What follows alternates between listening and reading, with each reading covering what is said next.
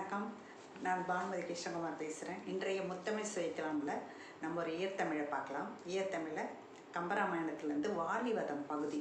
வாலிவதம் பகுதியில் ரொம்ப அருமையான பாடல்கள்லாம் இருக்கும். நிறைய பாடல்களுமே நல்லாயிருக்கும். அப்படி எனக்கு மிகவும் பிடித்த ஒரு சில பாடல்களை எடுக்கலாம்னு. அதில் தாரை வாலி சுக்ரீவன் ராமர் தந்த ஒரு பக்கபலத்தினால வாலியை சண்டைக்கு வாடான்னு கூப்பிட்றான். சண்டைக்கு வாடான்னு கூப்பிட்ட உடனே வாலி தன்னுடைய வீட்டிலேருந்து அரண்மனையிலேருந்து வெளியே என்ன சண்டைக்கு கூப்பிட்ற அளவுக்கு நீ தயாராகிட்டியா, வாடா சண்டைக்கு போகலாம் அப்படின்னு சொல்கிறான். அப்போது தாரை சொல்கிறான். போன பாடலில் கூட நம்ம பார்த்துருந்தோம். தாரை சொல்கிறான், ஐயோ உங்ககிட்ட தோற்று ஓடினவன் இப்போ உன்னைக்கு சண்டைக்கு வான்னு சொல்லி ஒன்று தைரியமாக கூப்பிட்றான்னா அவனுக்கு ஏதோ மிகப்பெரிய ஒரு பக்கபலம், ஒரு பெரிய பலம் அவனுக்கு துணையாக நிற்கிது. அதனால் நீ சண்டைக்கு போக வேண்டாம் அப்படின்னு ஒரு சொல்கிறான். ஒரு மனைவி என்பவள் ஒரு மந்திரி மாதிரி எடுத்து சொல்லணுன்ற அழகாக அவள் எடுத்து சொல்கிறாள். அதுக்கு வாலி சொல்கிற பதில் தான் இந்த பாடல். ரொம்ப அழகான ஒரு பாடல்.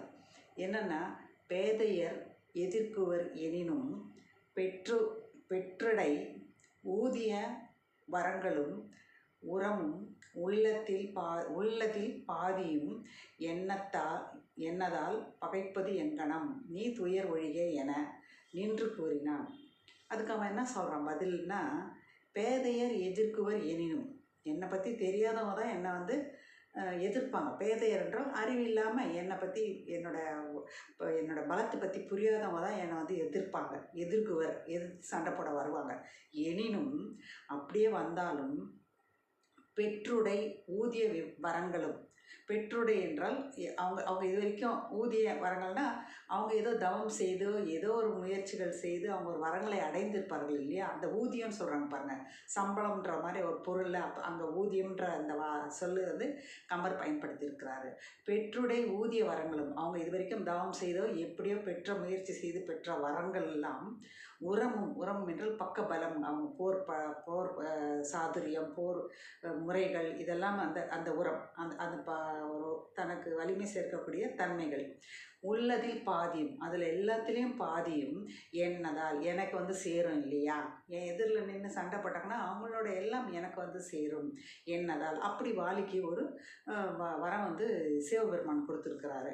அப்படி என்னதால் எது இருந்தாலும் என்னை சேர்ந்துடும் அப்படின்றதுனால பகைப்பது எங்கனம். அப்படி இருக்கும்போது அவங்க எப்படி என்னை பகைக்க முடியும்? அவங்கக்கிட்ட எதுவாக இருந்தாலும் அதில் பாதி எனக்கு வந்துடும். என்கிட்ட இருக்கிறது ஏற்கனவே என்கிட்ட இருக்குது. அப்போது அவங்க எப்படி என்னை ஜெயிக்க முடியும்? நான் தானே ஜெயிப்பேன் அப்படின்ற மாதிரி.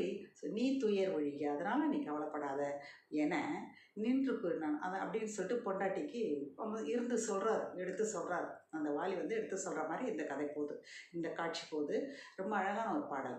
பேதையர் எதிர்க்குவர் எனினும் பெற்றுடை ஊதிய வரங்களும் உரமும் உள்ளதில் பாதியும் என்னதால் பகைப்பது எங்கனம் நீ துயர் ஒழிக என நின்று கூறினான் அப்படின்னு இந்த பாடல் வருது. ரொம்ப அழகான ஒரு பாடல்.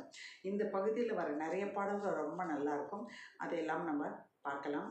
இந்த பாடலை கேட்டு ரசிங்க. நன்றி, வணக்கம்.